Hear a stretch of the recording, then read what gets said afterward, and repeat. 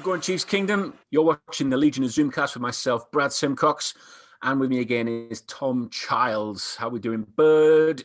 I'm good. Do you know why I'm good?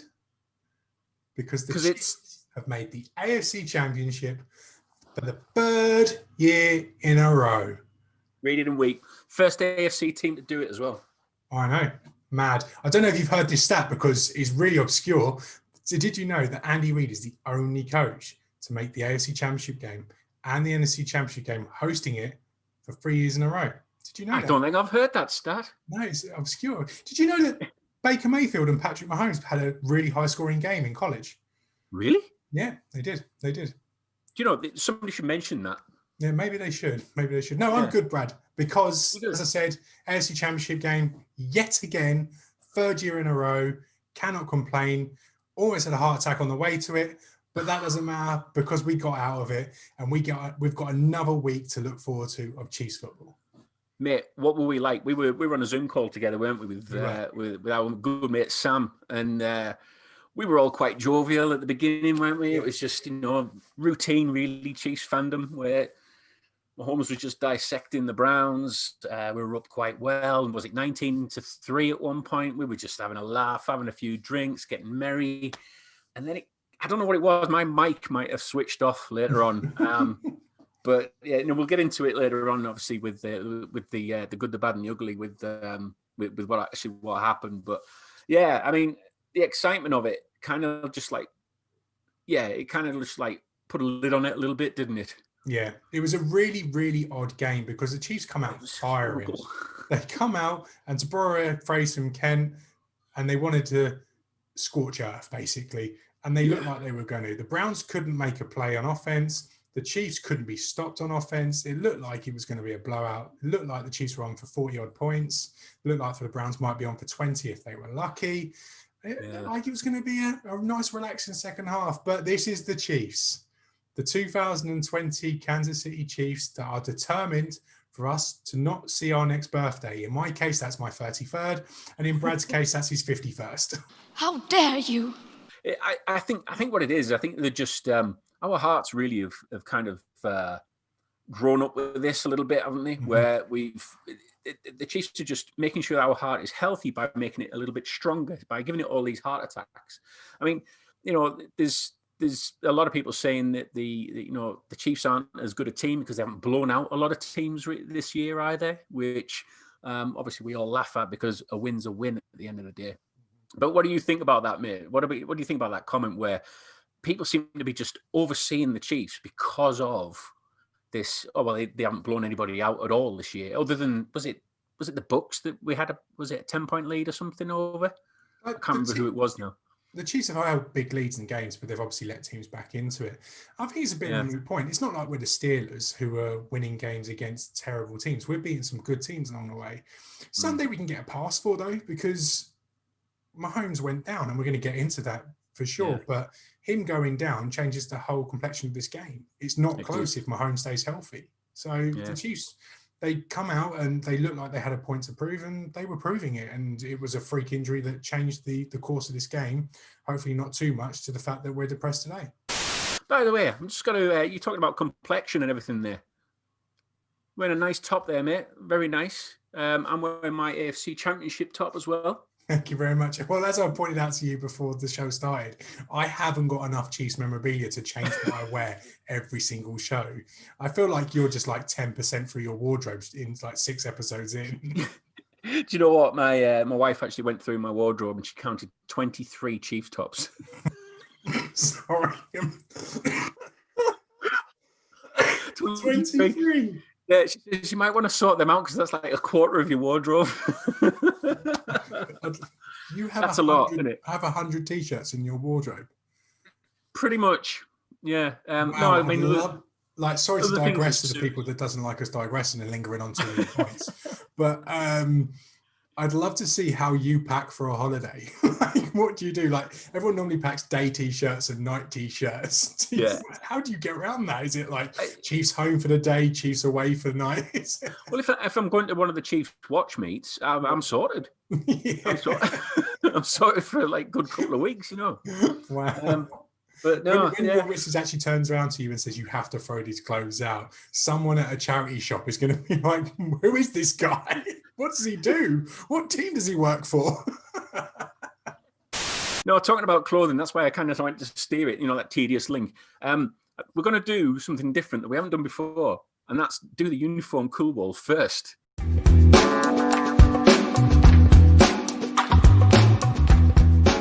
So on this week's uniform cool wall is actually been chosen by one of our followers on Twitter, which is Israel Chiefs fan. And because I kind of cocked up a little bit, because I actually gave it to gave the opportunity to another follower on Twitter because I thought he was the next follower, is actually Slim Sammy as well. So we've got Israel Chiefs fan and Slim Sammy have both chosen the Browns uniform, obviously because we've just beaten them. We're just giving them a bit of a spanking, say spanking, but you loose sense of the word. But we're going to do the current one.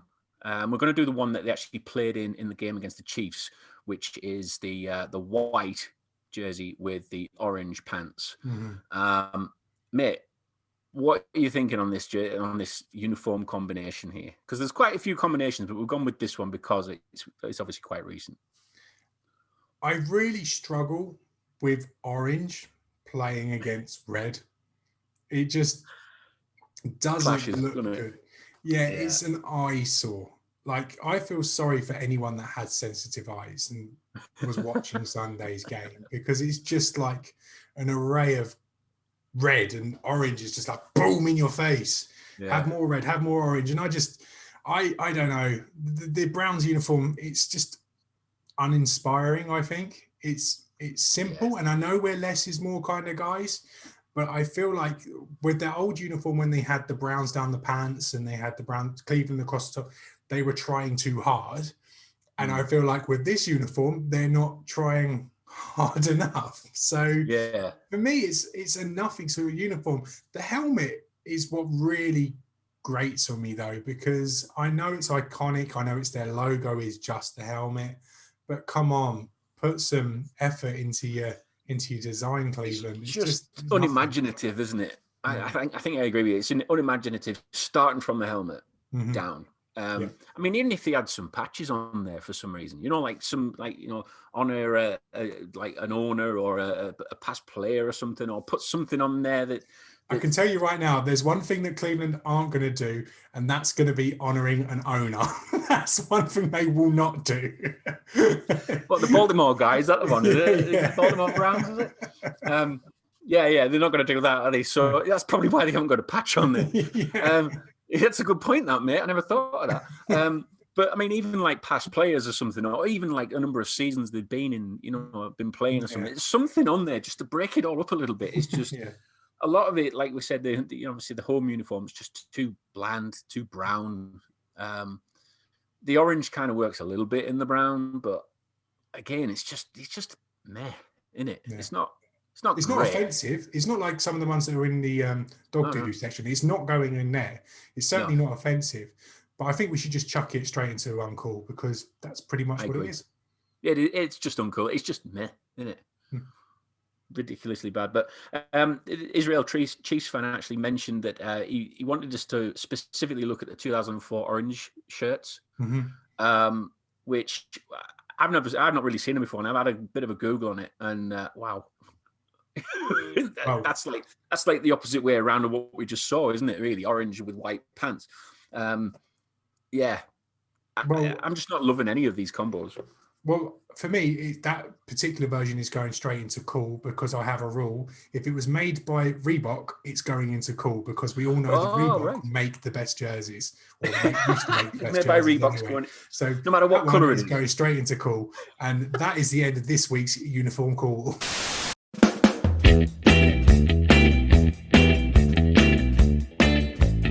Okay, so on this week's Good, the Bad and the Ugly, obviously it's against the Browns, and we'll just get straight into it, mate. What is your good from this game? My good wasn't something that happened on the field. It was something that happened off the field. For people that know me and have known me for a few years, or have followed me on social media for a few years, you will know that I have a man crush. And my man crush is a certain Mr. Tony Romo.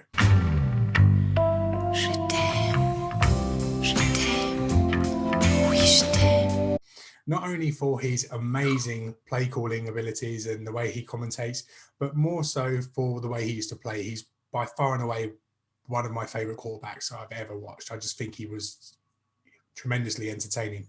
But as an announcer, he is elite. And so is Jim Nantz. And the call that them two put together for the 3rd and 14 and the 4th and 1 was excellent.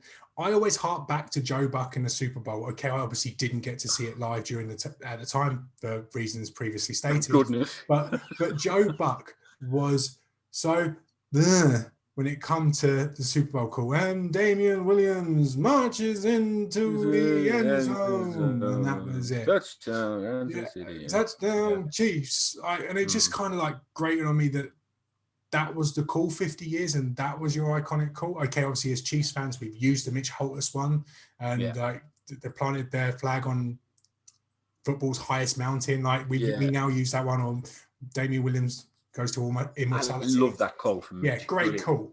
Yeah, Nantz and Romo on Sunday for Chad Henney's heroics was excellent. Never mind the play calls from Andy Reid where he showed massive bollocks, but the like call, that when he. Yeah, the call from Nantz and Romo really, really helped top an amazing moment. And I've gone back and watched it many times, not just for the play call and not for the play, for them two, because they just get so into it. And I just love the fact that Romo has the enthusiasm of a child. Oh, there is a play. Henney rolling out, throws it, Hill! And the Chiefs are heading to the AFC Championship game. Only Andy Reid gets in shotgun on 4th and an inch and throws the ball with his backup quarterback. There's no way. He shocked everybody. Because it really makes me more enthusiastic about the game. Whoever, it doesn't matter what type of play it is, who the play's for. If Romo likes it, I love it. It's just the way it is. With that call on the 4th and 1 or 4th and inches, he actually calls that the Chiefs aren't going to make How did you make a reference between the police? No idea. I have no idea, and the TV's not even on either, so I don't even know where that came from. But he actually said there's no play here. There's no play. You can just tell by the body language, he said, didn't he? And then all of a sudden, the Chiefs snapped the ball, and it was almost like his arse fell out, didn't it? And Nantz was like, "No, there is a play." It was just like one of those big kind of like, "Oh my God, this is a big moment," and it just added to that play call. Only Andy Reid on 4th and 1 would line up in shotgun and throw a pass with a backup quarterback. Yeah, it was definitely one of those moments, and I actually said as well that play on 4th and inches was probably the best 4th and inches play I've ever seen. Mm-hmm. I mean, there's nothing flashy about it. It was just like you said, the big balls of Andy Reid just going, "Do you know what? We're going to pass this." We actually had I saw Arrowheads Abroad had like a Twitter thread about what the name of the play should be, and Neil Blair of the Arrowheads Abroad podcast had a good one. It said it was like sprint hard balls right or something like that. And I just think it should be sprint hang balls right, because Andy Reid's balls were hanging a massive on Sunday night.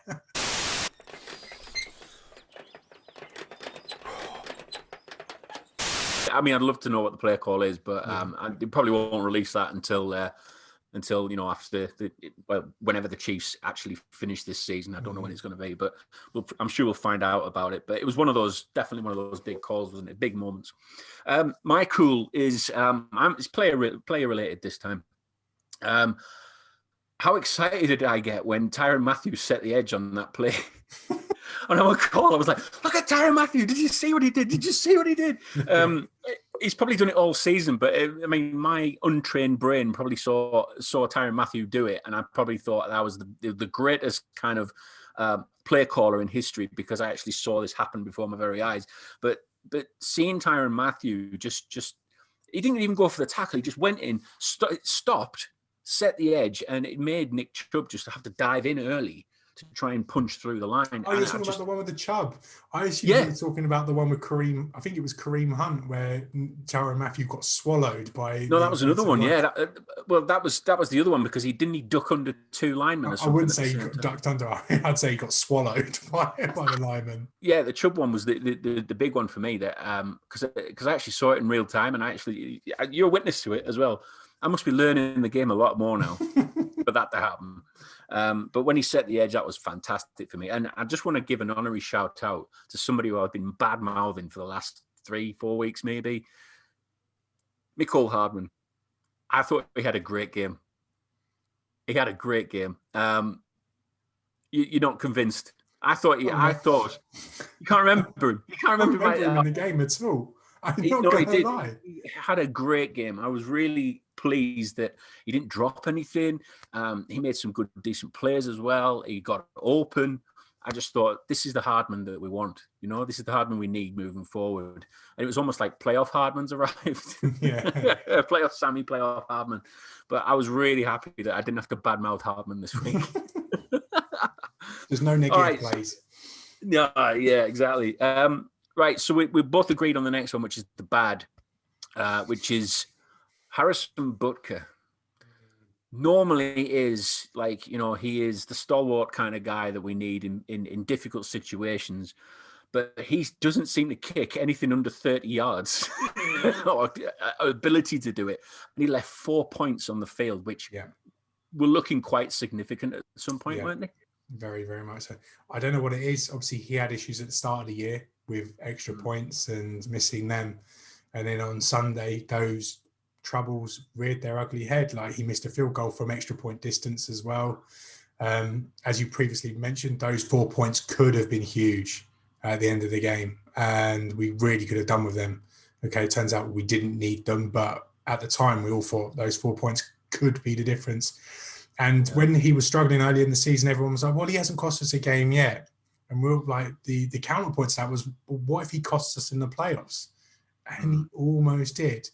And I don't know if he's up for some training or whatever, but I know a guy that can make like pressure kicks in February. Really? Yeah. It's almost like we need video evidence of that, mate.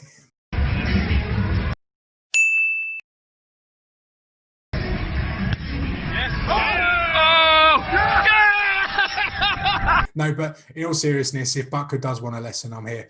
If he wants to learn how to kick extra points in DC skating trainers, he's more than welcome to borrow exactly. mine. Your conditions were far worse. Yeah. But, no, it's an issue. The Chiefs obviously aren't going to do anything about it this year. But if it costs us anything in the next 2 weeks, then there's a conversation to be had about Harrison Butker. But let's not have that conversation yet because we got away with it. Yeah. But we only just got away with it on Sunday. The thing is, he did actually nail one from 50 yards, which was the longest kick in our head, was it? Or something like that, something he said? Like that. In the playoffs, something like that, wasn't it? Which, from 50 yards, you think, it's Harrison Butker, he can nail these, no problem. But it just seems to struggle short distance, very straight. I don't know if it's like complacency or whatever. I don't know the reason why he struggles. He's not really come out and said why he struggles. No. The ball's down, the laces are out. It seems to be a Butker issue, not a Townsend issue from the outside looking in. But I'm sure it's something that he's going to work on in the off-season, and let's just hope it doesn't cost us in the next 2 weeks. You've got an ugly as well, mate. Thank you very much. Patrick Mahomes. It's the only ugly we can have, really. That was a really nasty... Yeah. Really nasty looking concussion that he had. If it is a concussion, he's in the concussion protocol. Let's for argument's sake, it's a concussion. Okay, he's in the concussion protocol. Yeah, as of recording anyway. And the way that he went Bambi-legged and all glazed over his eyes and whatnot, it was just a worry that you were obviously worried for his health, but at the same time, you're worried for the future of the season. And at that point, I openly admit that I thought the season was over. A lot of us did, actually, because, concussion protocols, obviously, very bad for the player. And he didn't look very well at all. I mean, you could see it in his eyes, couldn't you, when he was all getting all woozy and stuff. But then, literally, 2 minutes later, after he'd been in the blue tent, he was running off down the tunnel, and you think, oh, well, maybe it wasn't that bad as what we first thought. Yeah. It didn't look like he was hitting the head at all. No. During that tackle, but it just seemed as though it was one of those freak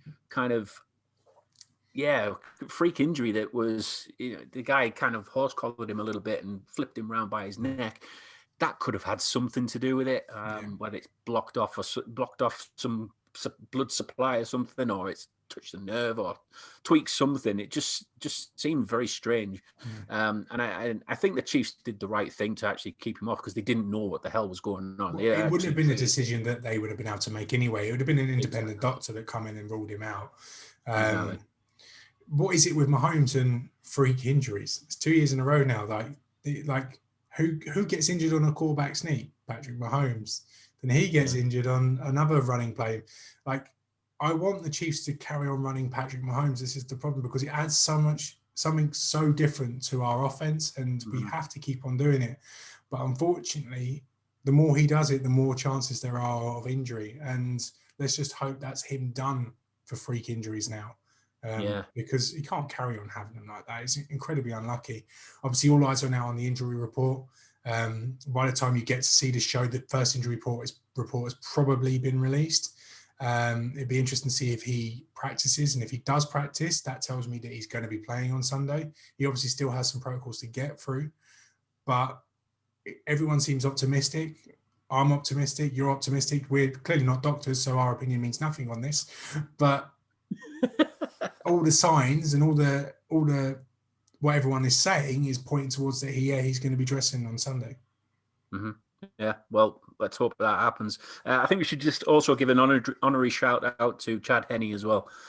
Well played to the bloke. He's, the team obviously lifted him when he first came into the game. Mm-hmm. He did throw an interception, which was probably the weirdest interception I've seen, because it just seemed as though he was passing it to the guy. That Chad Henne interception, sorry to butt in, is how I imagine 99.9% of the Earth's population would behave if they were in the game. Because everyone says, oh, I'll be able to complete a pass in the NFL. We all know that's rubbish. You wouldn't be able to. But I feel like everyone's best shot at doing it, especially if you've got someone like Tyreek Hill on the outside, would be just drop back and just throw it as far as they could. Yeah. As quick as they could. Just get that. Tyreek Hill would still have to come back for it, wouldn't he? Yeah. That's how I feel like everyone would act in that situation. So Chad Henne just was behaving like any normal human being would in that situation. He was the typical fuck it, throw it, Tyreek's down there somewhere type of play. Yeah. I'm with you on that. But that run as well, which was great. 3rd and 14 run that he did, that obviously set up the 4th and inches. I just wanted to give an honorary mention to Chad Henne, because hopefully we don't ever see him again. He's had his moment now. Chad, you're a hero. You're up there with Ryan Fitzpatrick in terms of legendary status in Kansas City. Yeah. But I never want to see your face again.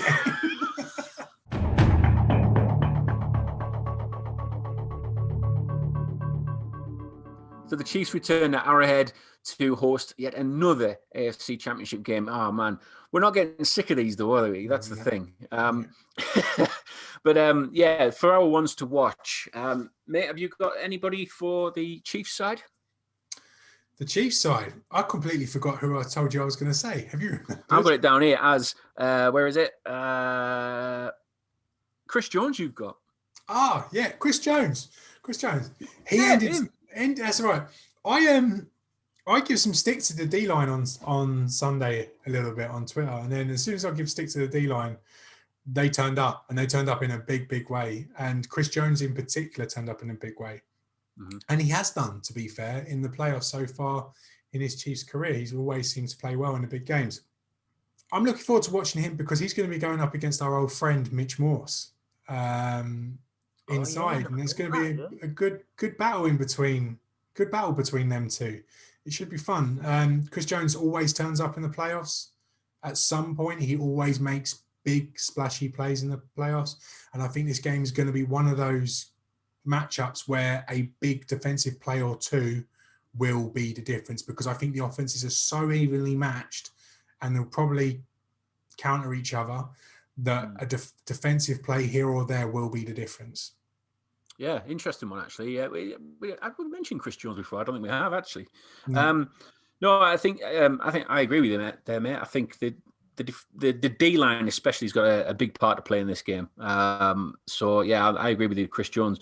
My one to watch is actually Tyrann Mathieu, which is interesting that we both picked defensive players. Tyrann Mathieu, I don't know, he just seems so dialed in, so tuned into these games now that it excites me watching him. He's the first guy I look at on the defense to watch where he's at in the lineup and everything.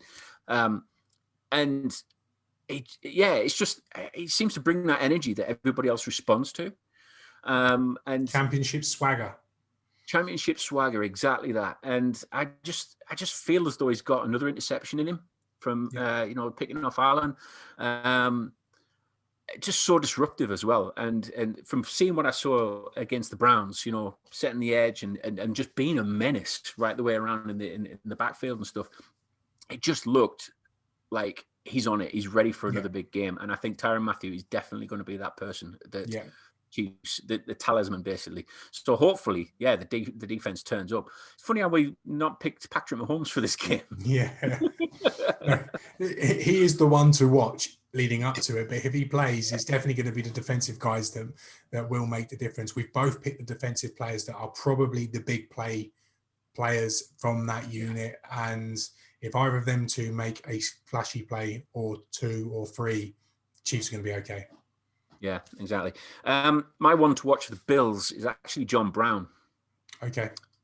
I think I've mentioned him before, actually, John Brown. He started off the season really good, but then he picked up a bit of an injury, didn't he? I think he's one of those players that the Chiefs really have to watch and make sure that, yes, they've got the other guy, obviously, Ryan Giggs, as you called him once, Stephon Giggs. So having those two, it's going to be a bit of a handful, I think, for obviously our defense DBs. Yeah, and especially if Rashard Breeland can't go, because he's in the concussion protocol himself. Exactly, so they're potentially down the corner there. And it's funny that you mentioned John Brown, because my ones to watch for the Bills is actually Stephon Diggs. So as a unit, I think they're going to be an issue. You've got Diggs, you've got Beasley, then you've got John Brown. They haven't got much in the backfield. Singletary's out there, but they're not running the football, the Bills. They're simply just ignoring the run game. Yeah. It's the way they've played for the last 4 or 5 weeks. But there's going to be a lot of attention on Stephon Diggs, and rightly so, because he is the best receiver in the league at the moment.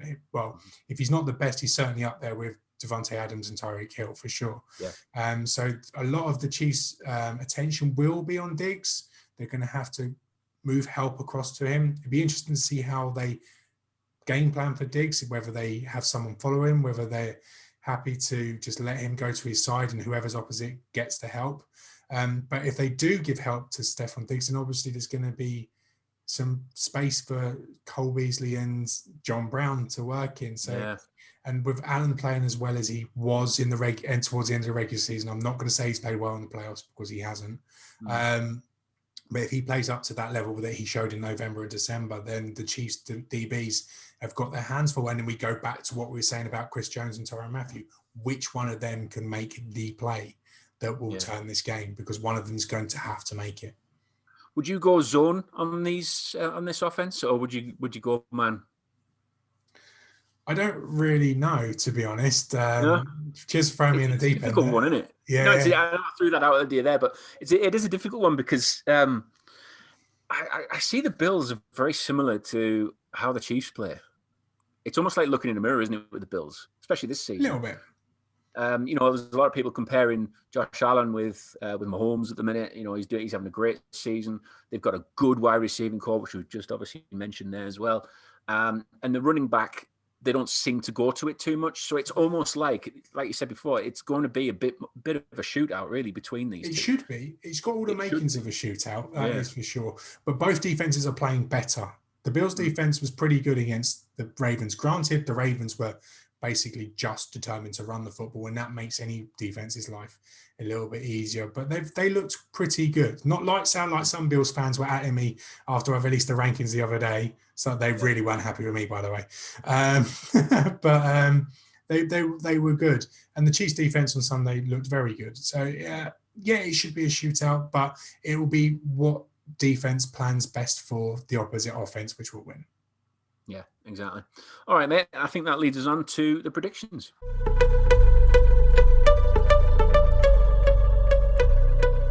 Right, so tough game. We've just mentioned there it's going to be a bit of a shootout. Have you got a prediction for this game, mate? I do. I think the Chiefs are going back to the Super Bowl. But I'm not massively confident about it. Like last year, when everyone was talking about Tennessee and Derrick Henry coming in, I wasn't particularly worried because I just knew that Tannehill and Henry couldn't hang with Mahomes, Watkins, Hill, and Hardman. Where this year, I don't think the offense is as good on the Chiefs side. And I think the Bills are a hell of a lot better than the Titans, and they can score points. But I think they get it done, but only just. I'm going to go for the Chiefs winning 31-28, and Butker is going to be the difference. I'm hanging it out there. You're hanging everything on Butker now, are you? I'm hanging it out there that Harrison Butker is going to be the difference. And this is a massively important game for Kansas City because if they don't win on Sunday, it's not like the 2018 season. When the 2018 season happened and we lost the AFC Championship game, we all knew what was wrong with the team. Every single person on earth knew what was wrong with the team. It was the defense. It was Bob Sutton. So we knew when we lost that game that we were going to have an off-season of change and there were going to be the pieces brought in to make this team better and send them over the top. That's what happened. Justin Houston went, Dee Ford went, Eric Berry went, Bob Sutton went, Spags come in, Clark come in, Matthew come in, culture changed a lot. What happened? We won the Super Bowl. Where I feel like if we lose on Sunday, what's the big change that's going to happen in Kansas City, which is going to enable us to go back there? Now, we're lucky because the AFC isn't as good as we thought it would be. The Browns are good, not great. The Ravens are good, not great. The Titans are good, not great. The Steelers are going to be rubbish next year. It's like there's not many good teams. So we're fortunate in that aspect.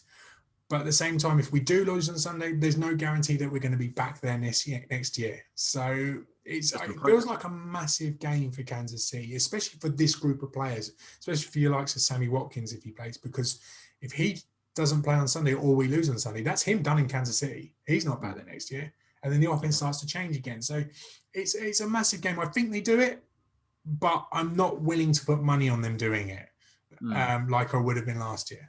Yeah, it's not so much with the Bills. I think, like you said, they seem a bit more better set up at the minute. They're younger. Did you say that? Yeah. They're certainly younger. Like they're probably hungrier as well because that's another thing. If they lose, if the Bills lose, they know that they've got to have that appetite still to get there. Yeah. Where if the Chiefs lose, I'm not accusing the Chiefs of complacency here, by the way. But if they do lose on Sunday, you can say, oh well, we won one last year. We were close this year. It's not all bad. Where the Bills would be in the situation that we were 2 years ago, where if they lose this close to and being this close to Super Bowl, they're going to come back even hungrier and have even more to fight for. So it's down to mindset as well. And I think a Chiefs loss could be quite damning for next year's chances. Yeah, I agree. I'm going to go, I think, 28-21 to the Chiefs. But it's going to be very close. It's going to be who has the ball last, basically, which offense has the ball last. And I think Mahomes and Cole will do it at the end. But, it's, again, I'm not confident in this game, but I'm not scared of this game either. No. I'm just kind of plateaued a little bit. It's weird. I don't feel as hyped up as I did against the Browns. The Bills, to me, I mean, if we lost to the Bills, yeah, it would be devastating, but I think we could bounce back from it. As long as we, like you said, refresh where we need to, and I think a lot of that is probably going to go down to the O-line next year. But obviously, that's another podcast. That's another Zoomcast. But yeah, I think the Chiefs eke it out, and it sets up a really interesting Super Bowl with arguably a couple of great quarterbacks that are obviously playing or vying to play in the Super Bowl as well. Which it's a mouth-watering kind of situation where Mahomes could be playing one of the greats of the game. So I'm really looking forward to it. Incidentally, what are you thinking about the other game in the NFC Championship between the Packers and the Bucs? I know who I want to win.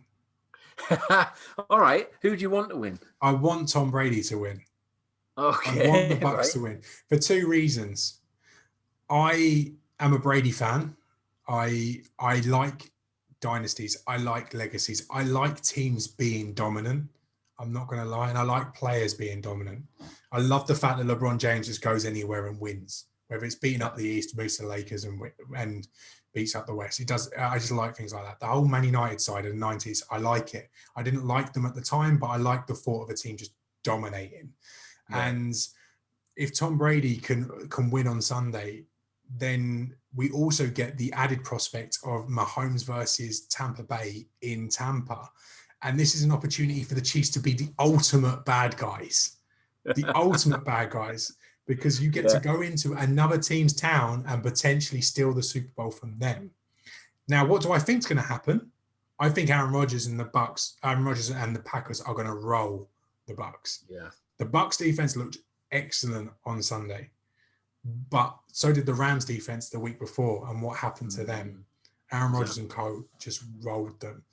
You saying that about Tom Brady, I want Tom Brady to go through as well, which might surprise a few people, but not because of this, that I like him or that it's all this dynasty. I love a dynasty and all that kind of thing. I don't love Tom Brady's dynasty. I hate it, and that's obviously the passionate side of me coming out of it there, because Tom Brady against Patrick Mahomes, like you said, in Tampa Bay would be the icing on the cake and would be a great opportunity to do that handing over, the passing of the torch that everybody seems to keep talking about all the time between those two players, especially if Mahomes wins.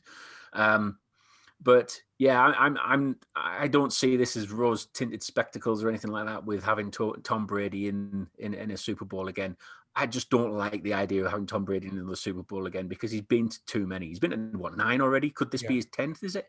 Yeah. That's too many for me. What if Mahomes is in 10? I'm all right with that. I love dynasties then. Yeah, it is what it is, I suppose. But I think you're right. I think Aaron Rodgers is more dialed into this. He needs it as well for his own legacy. Yeah, exactly. He needs it because if Aaron Rodgers beats Tom Brady on Sunday, I'll entertain a GOAT conversation. I'll entertain it. I won't say he is, but I'll at least listen to someone put up an argument. Zapatero. ¿Qué opina usted del gobierno de Zapatero? Yeah. But if Brady beats Rodgers on Sunday, Packers fans can never say ever again that Aaron Rodgers is the GOAT. Never. Yeah. So Aaron Rodgers needs this for his own legacy. A lot of quarterbacks have won 1 Super Bowl. Not many have won 2. He needs 2. Right. Excellent. I've enjoyed that one, mate. That's been really fun. It was. Would you agree? Not bad. Not bad. Wednesday afternoon. Miserable out there at the minute as well. We get the storm coming, don't we? Whatever you're doing for the AFC Championship game, enjoy it. I'm sure at some point we'll have some kind of live thing, or I will on my Brit Chief channel, where I'll probably be drunk drinking whiskey or something. I don't know, and then having another chat with you guys, because I really enjoyed the last one. But yeah, whatever you're doing, guys, hope you enjoy it. Go Chiefs, and we'll speak to you again soon. Bye.